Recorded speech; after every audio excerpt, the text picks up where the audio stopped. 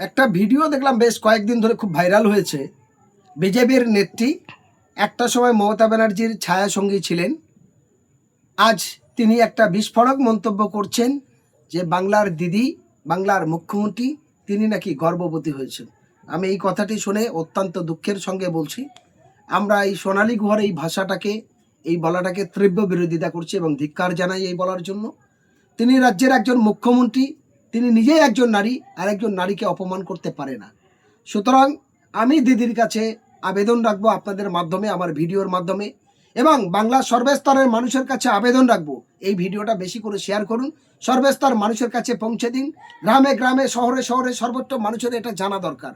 কারণ এই সোনালী গুহা, যিনি বর্তমানে এখন বিজেপির নেত্রী, যার মাথা এখন টাকলা হয়ে গেছে, চুল নেই, এই সোনালী গুহা একটা সময় দিদির কাছে ছিলেন, দিদির ছায়াসঙ্গী ছিলেন, দিদির দলের দীর্ঘদিনের বিধায়ক ছিলেন, দিদির দলের তৃণমূল কংগ্রেসের ডেপুটি স্পিকার ছিলেন। তখন উনি ভালো ছিলেন।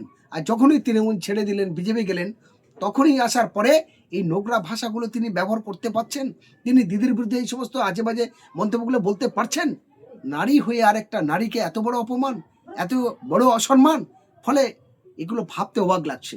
তাই আমি মাননীয় মুখ্যমন্ত্রী, মাননীয় পুলিশ মন্ত্রী, মাননীয় স্বাস্থ্যমন্ত্রী, বাংলার লড়াকু সৈনিক, আমি তানার কাছে বিনীত আবেদন রেখে বলতে চাই, দিদি আপনার দল কবে ব্যবস্থা নেবে সোনালীর বিরুদ্ধে? কেন সোনালীর বিরুদ্ধে এখনো পর্যন্ত পুলিশ তাকে অ্যারেস্ট করে তার আইনের আওতায় এনে কঠিন শাস্তির ব্যবস্থা করলো না? শওকত মোল্লার কথা শুনেছিলাম, ভাগড়ে একটা মেয়ে কি একটা বাংলা ভাষায় মুখ্যমন্ত্রীকে বলেছে, সঙ্গে সঙ্গে বললেন আমি এফআইআর করব, তাকে গ্রেপ্তার করতে হবে। অলরেডি পুলিশ তার অ্যারেস্ট করেছিল, তাকে জেলেও পাঠিয়েছে। আর আজ সোনালী গুহা এত বড় বাজে মন্তব্য করছেন, যেটা গোটা নারী সমাজকে কলঙ্কিত করছেন, যেটা বাংলার সংস্কৃতির কাছে একটা ধাক্কা, সারা বিশ্বের কাছে একটা অপমান। তার বিরুদ্ধে কি ব্যবস্থা নিয়েছেন?